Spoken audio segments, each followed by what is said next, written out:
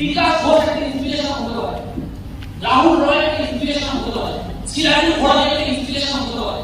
কি এরাও তো আমাদের মতো গরিব ঘরে ছিল, এরাও তো কোনো না কোনো কিছু শুরু করেছিল, এরাও তো কোনো না কোনো ট্রেনিং নিতে আসতো, এরাও তো একটা সেম প্রবলেম হ্যান্ডেল করে করেছে। তাহলে এরা যদি এখানে যেতে পারে আমি কেন যাব না? আমি একজনকে দেখি তারা বিরাট কোহলি ফ্যান, আমি দেখি এরা বিরাট কোহলি ফ্যান। আপনাদের বিরাট কোহলি কি আপনার রাজ্যের পেটের দাম পায়?